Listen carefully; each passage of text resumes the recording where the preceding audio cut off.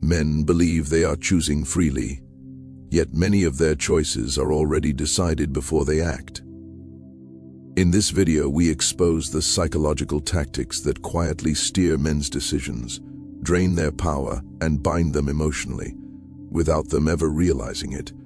This is not about blame. This is about seeing the game, so you are never played again. You must understand this before anything else, because all power begins here.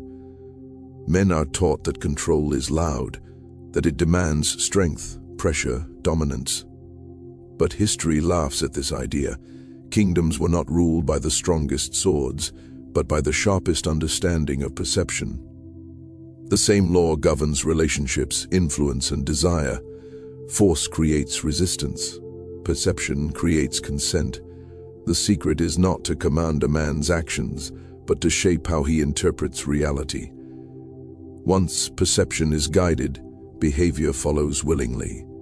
A man who believes he is acting freely will defend his decisions more fiercely than any order forced upon him.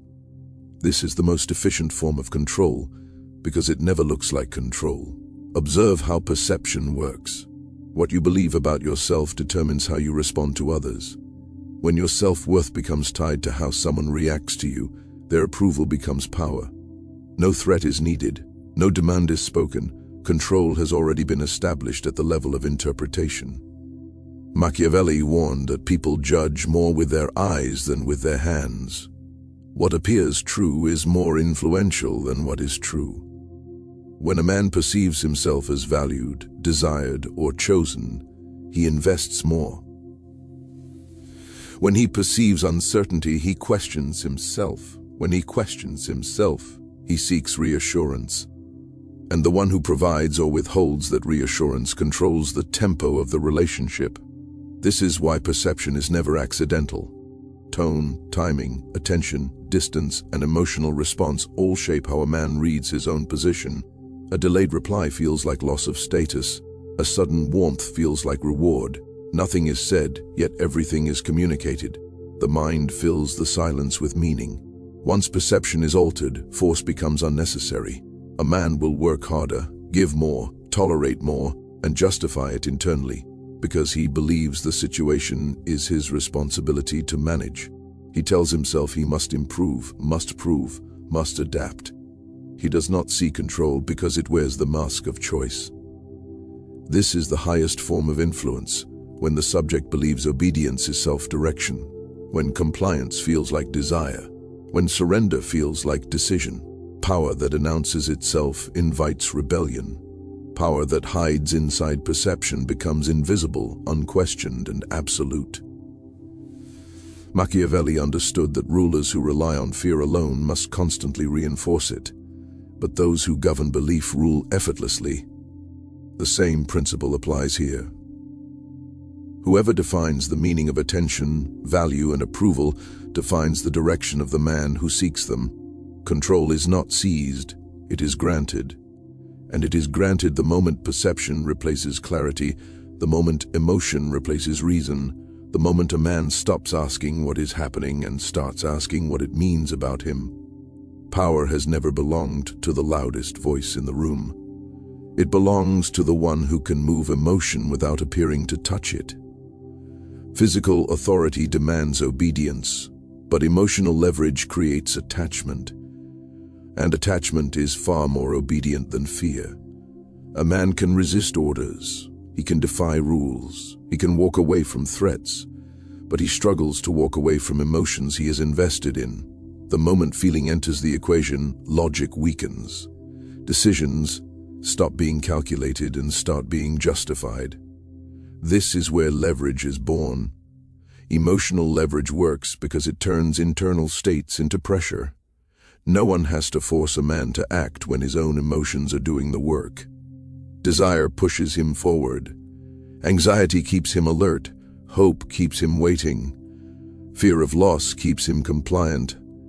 These forces operate silently, without confrontation, without resistance, without visible control. Machiavelli understood that men are driven more by passions than by reason, even when they believe the opposite. A man may claim independence, But once his emotional equilibrium depends on another person, that independence becomes conditional. He adjusts his behavior not because he is told to, but because he wants to restore emotional balance. Consider how authority normally functions. It relies on consequence. Disobey and punishment follows. Emotional leverage reverses this. Obedience is rewarded with warmth, attention, closeness. Disobedience is met with distance, coldness, withdrawal. The punishment is not imposed, it is felt. And because it is felt internally, it feels deserved.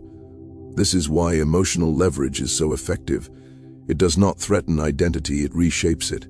A man begins to see himself through emotional outcomes. When things feel good, he believes he is doing something right. When they feel bad, he believes he has failed. Control is achieved not by commanding action, but by conditioning emotional feedback. Over time, the man learns patterns. Certain behaviors bring closeness, certain words bring silence, certain choices bring tension. He adapts, he calibrates, he self-corrects. No authority needs to speak, no rule needs to be written. The system runs itself. Machiavelli advised rulers to make others dependent on their favor rather than their force.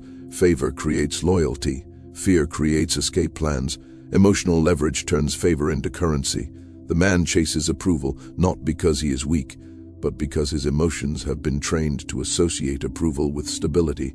The danger lies in not recognizing when emotion has replaced reason, when decisions are no longer made because they are right, but because they prevent discomfort. When silence feels heavier than insult, when distance feels more painful than control. At this stage, authority is no longer external. It has been internalized. The man enforces the system on himself. He polices his own behavior. He justifies compromises. He rationalizes imbalance. And all of it feels voluntary, even noble, even chosen, because emotional leverage does not announce itself as power. It presents itself as connection, intimacy, and care. Human desire does not respond to abundance. It responds to absence. What is always available is taken for granted, but what feels uncertain becomes mentally consuming. Scarcity does not increase value because something is better, but because the mind fears losing access to it. This is where obsession is born. A man does not obsess over what he fully understands. He obsesses over what is inconsistent. When attention appears and disappears without explanation, the brain searches for patterns. It tries to restore control, it tries to solve the puzzle. And in that process, emotional energy is spent again and again, deepening attachment. Machiavelli observed that men desire most intensely what they believe they might lose. Scarcity creates urgency, and urgency narrows perception. The man stops evaluating whether something is good for him and focuses instead on securing it. Desire shifts from choice to compulsion. This is not about withholding everything. Total absence wreaks attachment. True scarcity is selective. Enough presence to create hope. Enough distance to create doubt. This alternating rhythm destabilizes emotional certainty. The man is never fully relaxed, never fully detached.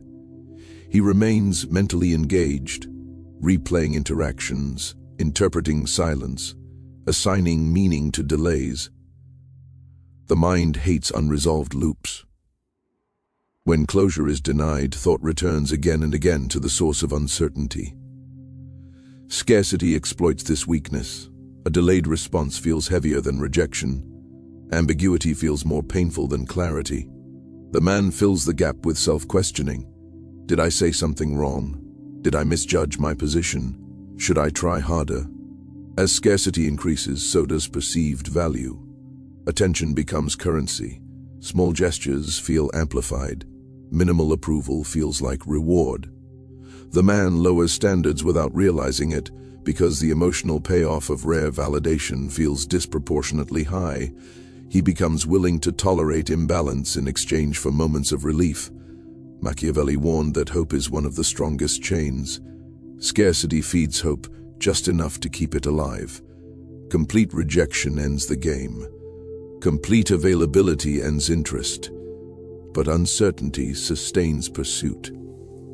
The man convinces himself that success is close, that clarity is just one step away, that effort will be rewarded. This is where obsession quietly forms, not through intensity but through inconsistency. The man's thoughts are no longer volant, airy. They are triggered by absence. Silence becomes louder than words. Distance becomes more influential than presence. Time spent waiting becomes time spent investing. The greatest danger of scarcity is that it rewires priorities. What once felt optional now feels necessary. What once felt like desire now feels like need. The man believes he is chasing connection, but in truth he is chasing relief from uncertainty. His actions are no longer guided by strength, but by the need to resolve emotional tension. Machiavelli understood that those who control access control behavior. Scarcity turns access into power, not by force, not by demand, but by letting the mind do the work. The man moves closer, gives more, compromises deeper, all to regain what was never explicitly taken from him. Power rarely conquers the alert. It feeds on the unconscious. Those who believe they are immune to influence are often the most exposed to it, because they stop observing themselves. Awareness is not strength by default, but unawareness is guaranteed weakness. A man who does not understand his own emotional triggers becomes predictable. Predictability is the raw material of control. When reactions are automatic, behavior can be guided without resistance. The unaware man believes he is responding to circumstances, when in reality he is responding to internal impulses he has never examined. Machiavelli understood that the greatest rulers did not dominate crowds directly. They understood patterns. They studied reactions. They anticipated responses before action occurred.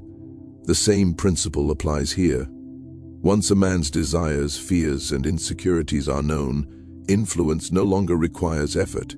It becomes mechanical. Unawareness begins with self-deception. A man tells himself he is rational. He believes his choices are independent. He assumes emotion plays a minor role in his decisions. This belief blinds him. The moment he stops questioning his motivations, they become exploitable. When a man does not notice how approval affects him, approval becomes leverage. When he does not notice how distance unsettles him, distance becomes control. When he does not notice how validation calms him, validation becomes currency. Nothing extraordinary is required, only repetition and patience. The unaware man confuses familiarity with safety. He trusts patterns because they feel normal. He adapts to imbalance because it happens gradually. Each small adjustment feels insignificant. Over time, the sum of these adjustments reshapes his boundaries. He does not feel conquered. He feels accommodating. Machiavelli warned that men are ruined by failing to recognize danger while it is still small. Influence rarely arrives as domination. It arrives as comfort, as routine, as emotional habit. By the time the man feels constrained, he no longer remembers when he gave up freedom. He only feels responsible for maintaining what exists. Unawareness also creates narrative vulnerability, and explains events in ways that protect his self-image. If something feels wrong, he assumes it is his fault. If tension appears, he believes he must fix it. If effort increases, he justifies it as investment. His mind edits reality to avoid admitting imbalance. This internal storytelling is the final lock. Control no longer needs to be applied from outside. The man enforces it himself. He rationalizes silence. He defends inconsistency. He interprets withdrawal as challenge rather than warning. Awareness would break the pattern, but awareness requires discomfort, and discomfort is avoided. Those who rule do not fear strong men. They fear conscious men. A man who observes his emotions without obeying them cannot be steered. A man who notices patterns without excusing them becomes unpredictable. A man who questions why he feels compelled regains choice. Machiavelli believed that power survives best when it is unnoticed. Once influence is named, it weakens. Once patterns are seen, they lose authority. The unaware man remains loyal not because he is convinced, but because he has never paused long enough to realize that what feels natural has been carefully shaped, reinforced, and maintained through his own unexamined reactions. What has been exposed here is not a conspiracy, nor a battle between genders, but a timeless truth about power and human nature. Influence does not require cruelty. Control does not require commands. The most effective systems operate quietly through perception, emotion, scarcity, and unawareness. They succeed not because they are aggressive, but because they are subtle. Machiavelli taught that those who understand the mechanics of influence rule effortlessly, while those who deny them are ruled without realizing it. The danger was never manipulation itself. The danger was ignorance of how it works. When a man mistakes emotional pressure for connection, uncertainty for attraction, and self-sacrifice for strength, he hands over authority while believing he is choosing freely. This is why awareness is the true liberation. Not anger, not resentment, not withdrawal. Awareness restores agency. It allows a man to observe his emotions without obeying them, to recognize patterns without justifying them, to step back from urgency and ask who truly benefits from his reactions. The moment perception is questioned, control weakens. The moment emotional leverage is seen, it loses its grip. The moment scarcity is understood, obsession dissolves. The moment unawareness ends, power returns to its rightful owner. Machiavelli never advised men to hate influence. He advised them to master it. To see the game clearly is not to reject connection, but to enter it with sovereignty. Those who rule themselves cannot be ruled through illusion. Those who command their emotions cannot have them weaponized. And those who understand human nature no longer fear it, because knowledge transforms vulnerability into strength. Power was never taken from you. It was offered by your reactions. Take it back through clarity, through discipline, through the courage to see what others prefer remain unseen.